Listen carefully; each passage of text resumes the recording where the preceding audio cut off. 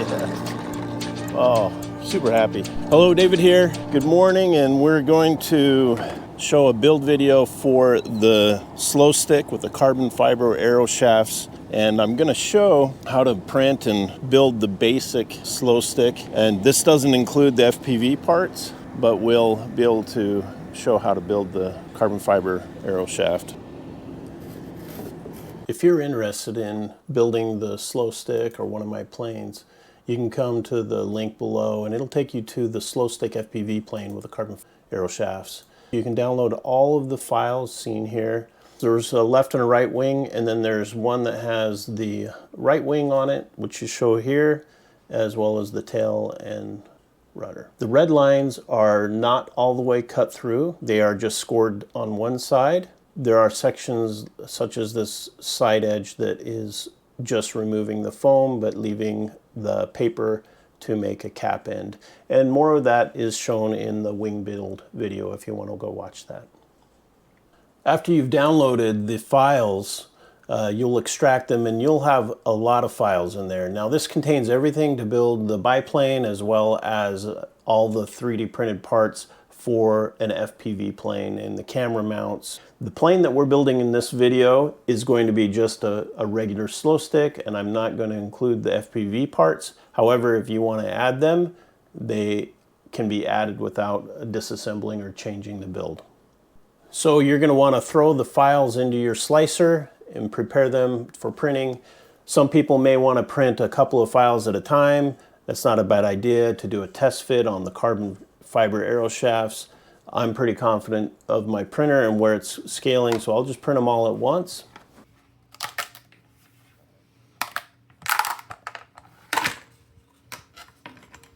Printing the tires out of the TPU is so cool because this is a real tire. This is a rubbery filament that is hollow, just like a real tire.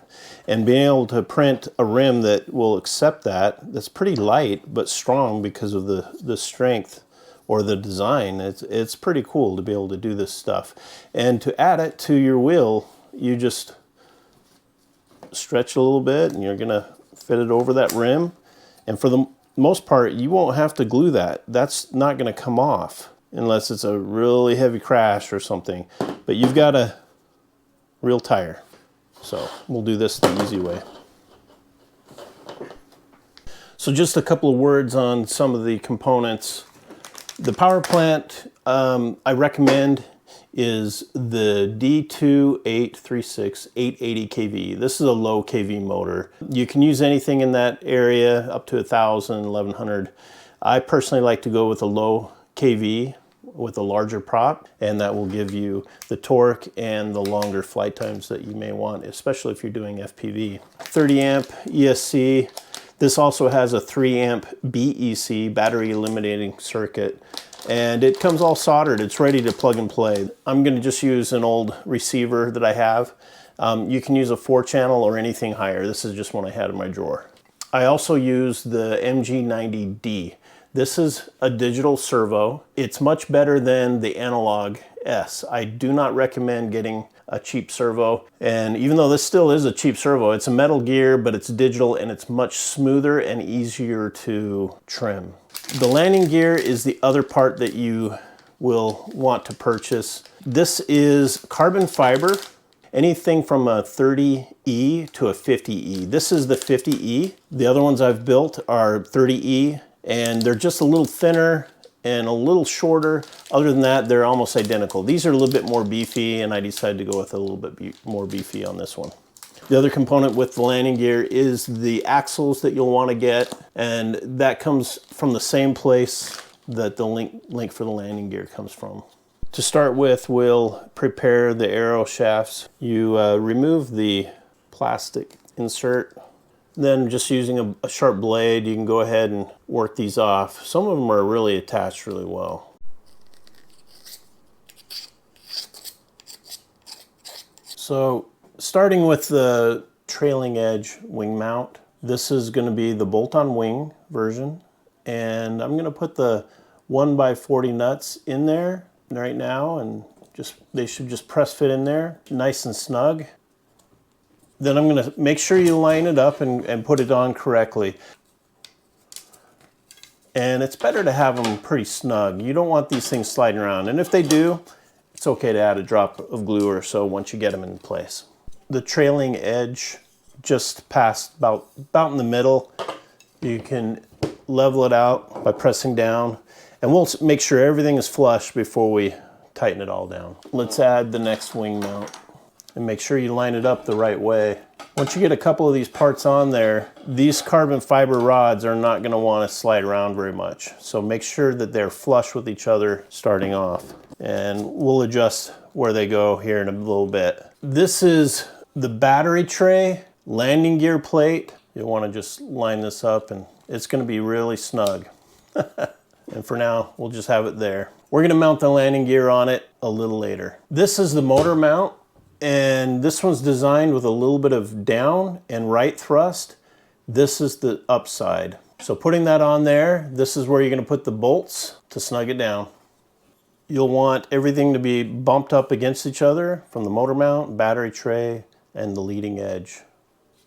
So with the carbon fiber arrows and some of the parts on there, you'll want to make sure that there's no twist, because you can get these twisted with each other and then it won't lay right. So before we firm everything up, we just have to make sure all of the twist is out, everything is flush before you add any glue or tighten anything down. Preferably, I don't add any glue at all. The servo trays are the ones that we print two of. And there is a front and a back to them. You want them to be open to each other so that the servos can line up with the mounting holes. This is not totally required, but I don't like my guide wires to bend. So these are guides, and the original GWS slow stick also had something similar connected to keep the guide wires from flexing. And so we can put this on here as well. And that's going to be immediately in front of the tail. This is the guide for the vertical stabilizer as well as the horizontal stabilizer. This is pretty delicate, so don't squeeze it on between these flaps. Always handle it by the holes that are going to be around the carbon. Okay. This here is the last tail piece. It guides the holes as well as fits on top of the stabilizer, and this is going to be for the vertical. This one ends almost right on the carbon. And that right there is most of your parts. This piece here is part of the steerable tail wheel assembly. This can be mounted after you've put all the parts on there. Like that. And then you can slide it back to where it needs to go. These grooves here are for your zip ties to help snug it into and hold it onto the stick. And this is going to be butted right up against this piece here. This piece here is basically optional. You can print as many of these you want. This slides anywhere on the stick and is a great mounting platform. It can be mounted this way or this way, and there's holes in it to zip tie it down if you want around the carbon arrows, but this will be my receiver platform. On the battery tray and the landing gear plate, if you notice right here, there's a little tiny hole on both sides. And the reason I added that was so that you could put a very thin 1/16 or two 1.5 millimeter carbon or a wood toothpick, nature's carbon fiber, into these holes with some glue, and it keeps the layers together for a little bit more strength on the outer edges for the landing gear. You can use white glue, epoxy, whatever you want to do. I'm just going to use this gem tack.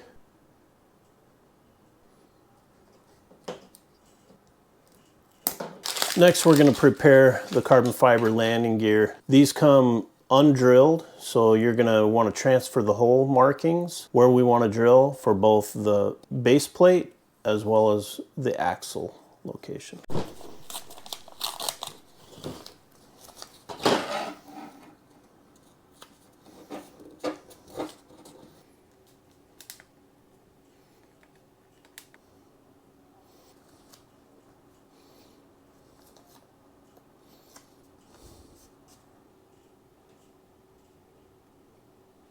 These will be the bolts that we're going to use. We just want to get a drill bit that's same size or a little bit larger to make the holes in the carbon.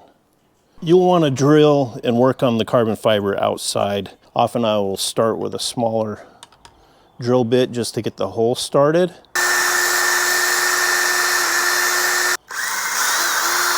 And then test fitting the wheel collar, and that fits perfect. Now preparing the axles, you go ahead and fit the threaded side through, and then you get the locking nut that comes with the kit. Usually we're just going to tighten that on. I like to use washers with the nuts and bolts for the mounting of the landing gear.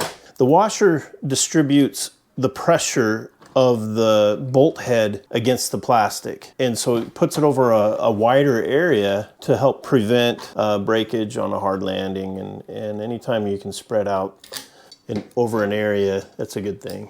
And we're also going to use Loctite. I like to use blue because the red is permanent. Blue, you can work with it, apply heat and get it back off if you need, but you don't want these things to vibrate off. There's the landing gear. You notice the washers here.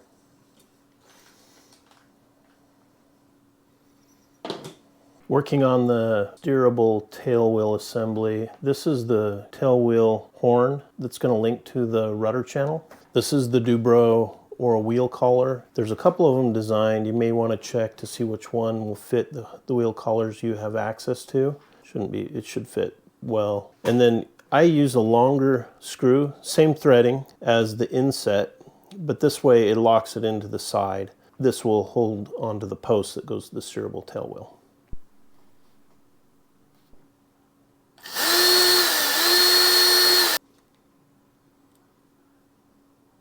For the steerable tail wheel, this is probably about 5 or 6 inches long.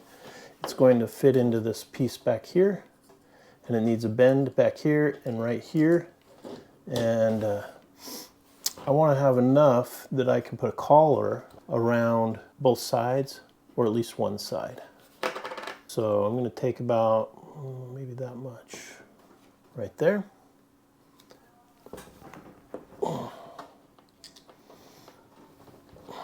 90-degree bend.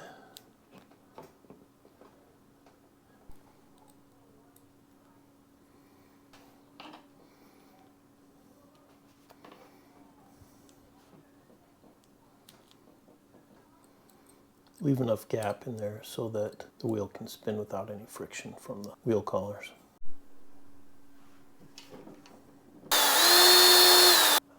That's gonna be good. Okay. That's about right. Right there. We're going to bend this back right underneath that thing right there. We want to make sure that this bend is 90 degrees to the other bend.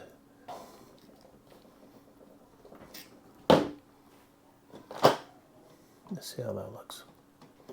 It's pretty darn good. So the control horn with the Dubro collar in there, we'll just put this over the top. And often I'll Dremel flat spot on this side.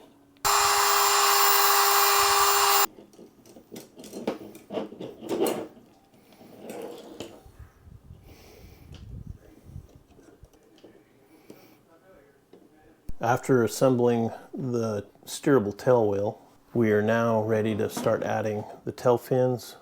On the rudder, you will cut a crease halfway through. Make sure you don't go all the way through. It makes it easier. If you do, just tape it. No big deal. Anyway, you can just crack this if you've cut it all the way through. And we're going to fold it back. And then we're going to cut on the rudder side. There's tools that you can cut with, or you can just practice. Now, if you look at that, that's more rudder than we'll ever need. This is the horizontal stabilizer and elevator. And again, you just crack it, and we're going to cut a relief. Did we go through? And we'll add some hot glue on the inside of here.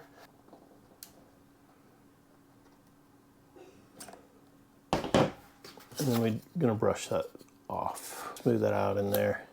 Now, if you're using foam board that's not waterproof, this is a great idea because this will help waterproof it and seal the paper to the foam. I think that'll do it. Do the same thing for the elevator.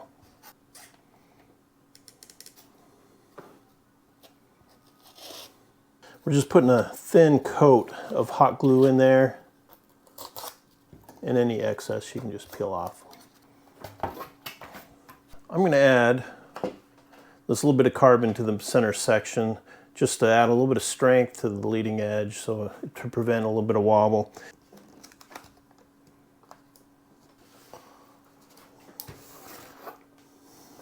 There's also going to be a bolt hole back here on the horizontal stabilizer, and so we're going to add a piece of tape that'll go along here on the bottom. And center this. On the vertical stabilizer, I'm going to add tape to the section that's going to get the holes. So I'm just going to add one right here. This adds a little bit of strength to the foam so that when you're putting the bolt holes in, it'll have a little bit of something to hold on to there. Now we're going to test fit the horizontal stabilizer in the tail section, and we need to just adjust where these carbon fiber arrow shafts end. They should end at the elevator or just in that area. And we'll let that set in there. And then this piece is going to rest in there. And that should end right at the hinge. So that could allow it to swing. We're just going to mark center. So at the elevator, almost 16 inches. So 8 inches is the center line. We'll just mark that about right there. That will give us the ability to line it up between right back there. Now we can start punching holes.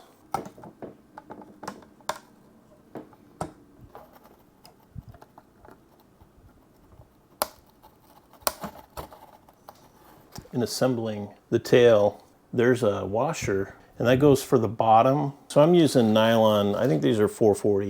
You can use anything that'll fit through here. Probably a 3mm would be a good one. But the 440 is what I'm using, and I'm going to go ahead and push this through. So I'm going to put the nut on this side. So on the bottom side, we're just going to see the Phillips head here, and then tighten those down. I hate using glue when I don't have to. And you don't have to over tighten these. And also the benefit of using the nylon is they won't vibrate loose. And we can clip the excess off this so that it won't stab into the elevator. And there we go. So we're gonna trim off this one too. And there's no play in that. It's not going anywhere. The tape is a great adhesive. Plus we see that we've got a big washer here, the tape. Pretty happy with that. That's gonna work great. Let's mark these in.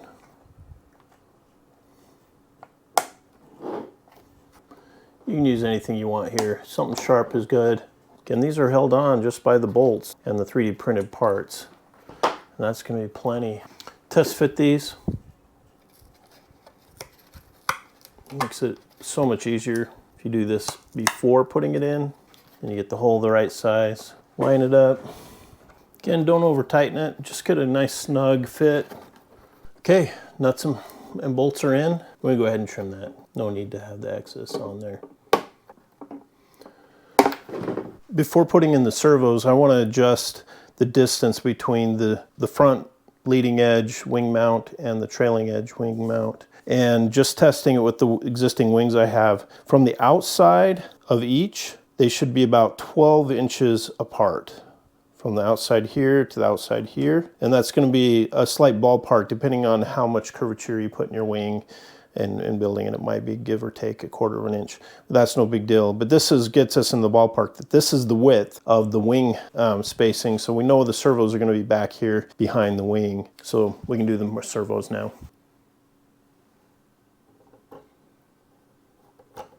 Before I go any further, I like to center my servos. It just tests their distance as well as when I let go of it. the centers. Adding whatever connectors you like for the control wire. I'm using a little thicker control wire than I normally like to. It's just what I have. And I'm putting in the control horns. You can 3D print these. I have these in a box and I was just gonna use those up as I like them. Connecting up the rudder servo to the horn.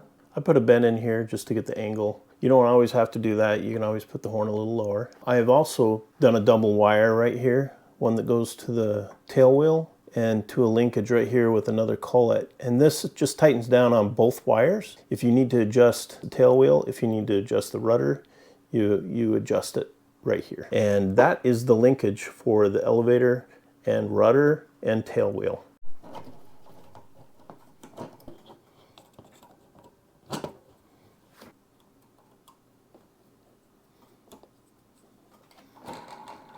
Awesome.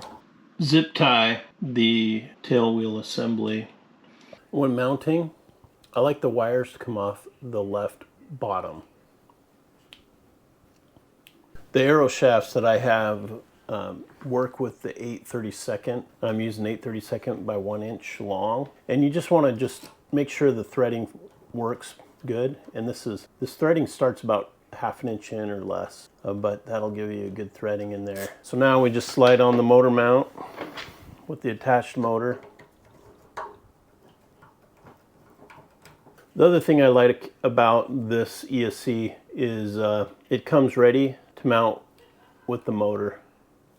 Pretty standard. And we're going to mount that along the bottom here, and we'll use some zip ties to help hold it in place. It doesn't matter what wires you hook up. If the motor is going the wrong direction, you just switch 2 of them. The purpose for these 2 holes right here are for your zip tie management. It's kind of nice to be able to zip tie the wires for the motor or the ESC to help keep it clean around the motor.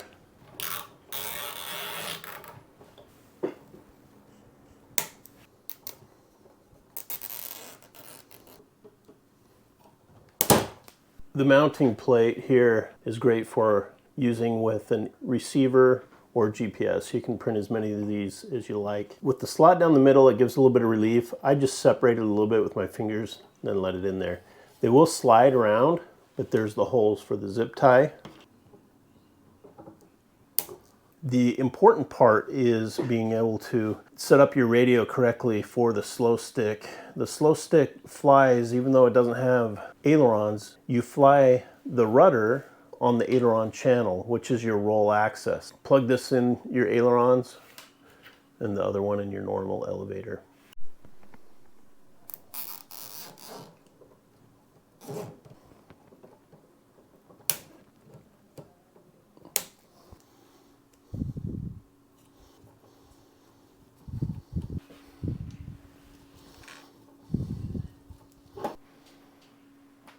When set up correctly, the tail will move with the sticks. So you pull back on the elevator, elevator comes up, push right on the stick, the rudder will go right. Notice the tail wheel moves with it, and we're ready to go. Rudder active.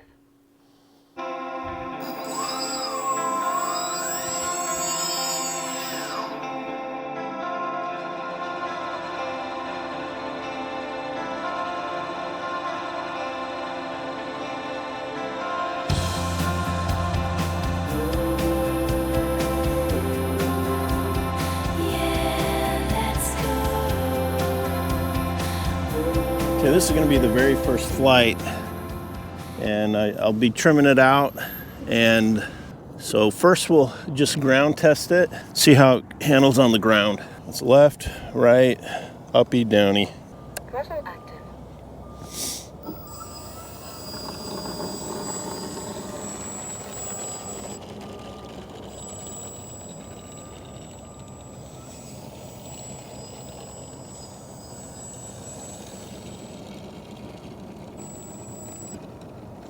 Let's also double check the CG. I checked it earlier, but I usually take it from the highest point of the wing underneath, and this is almost perfect. It's slightly nose heavy, which is actually better than what I would expect. So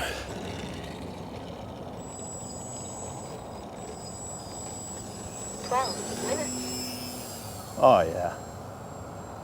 This thing is so light. I haven't given it any trim yet, and it feels really good. I am really happy with this plane.